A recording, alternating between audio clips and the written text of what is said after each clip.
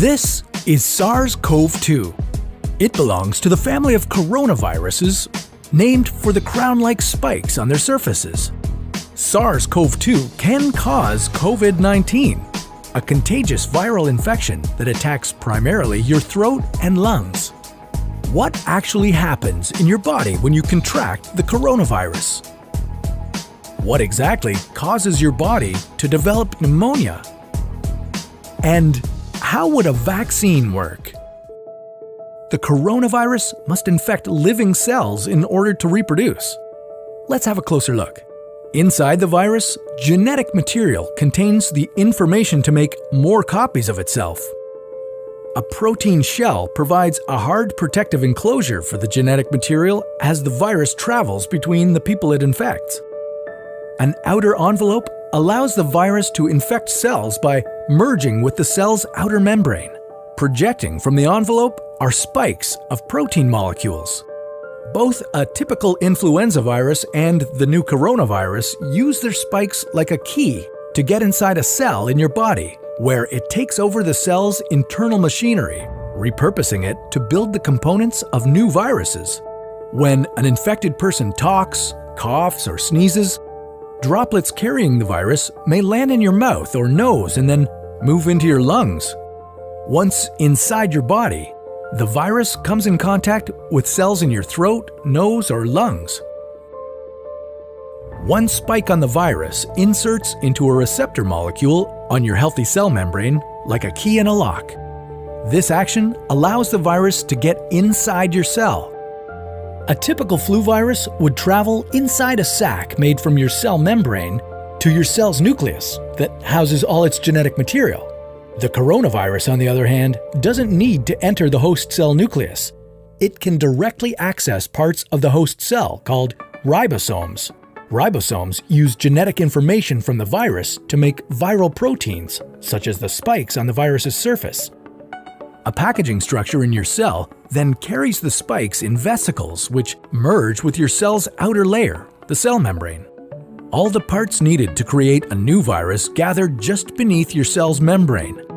Then, a new virus begins to bud off from the cell's membrane. Now, with the virus spreading in your body, how can you develop pneumonia symptoms? For this, we'll have to look into your lungs. Each lung has separate sections called lobes. Normally, as you breathe, air moves freely through your trachea or windpipe, then through large tubes called bronchi, through smaller tubes called bronchioles, and finally into tiny sacs called alveoli. Your airways and alveoli are flexible and springy.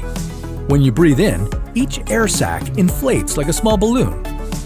And when you exhale, the sacs deflate. Small blood vessels called capillaries surround your alveoli.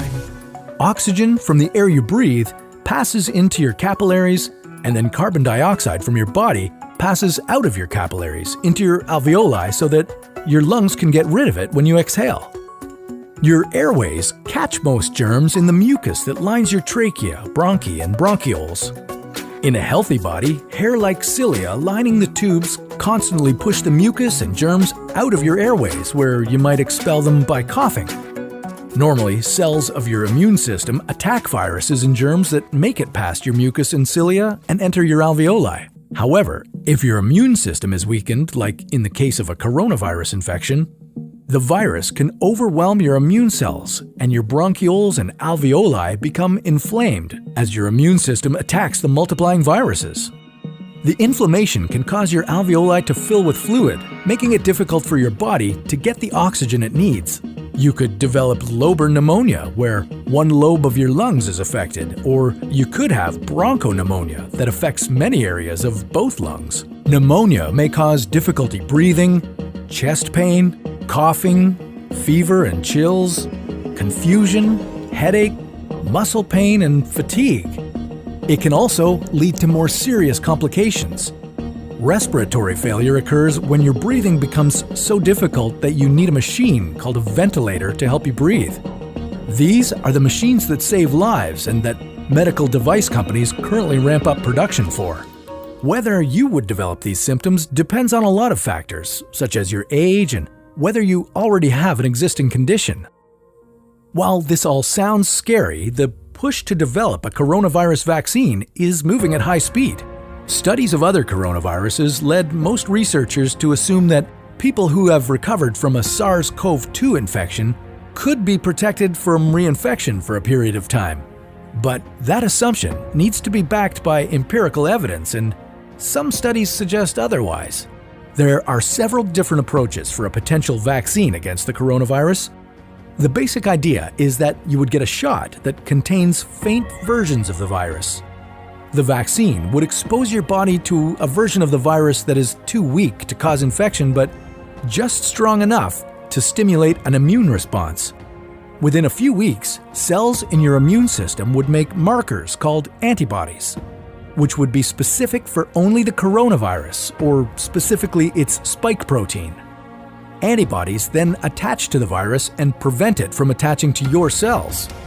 Your immune system then responds to signals from the antibodies by consuming and destroying the clumps of viruses. If you then catch the real virus at a later stage, your body would recognize it and destroy it. In other words, your immune system is now primed.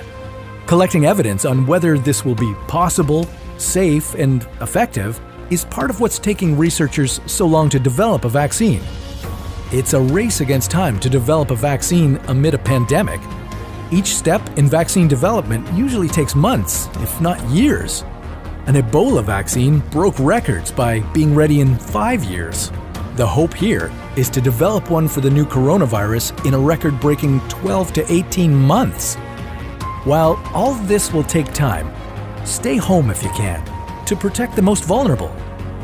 And don't forget to wash your hands for at least 20 seconds and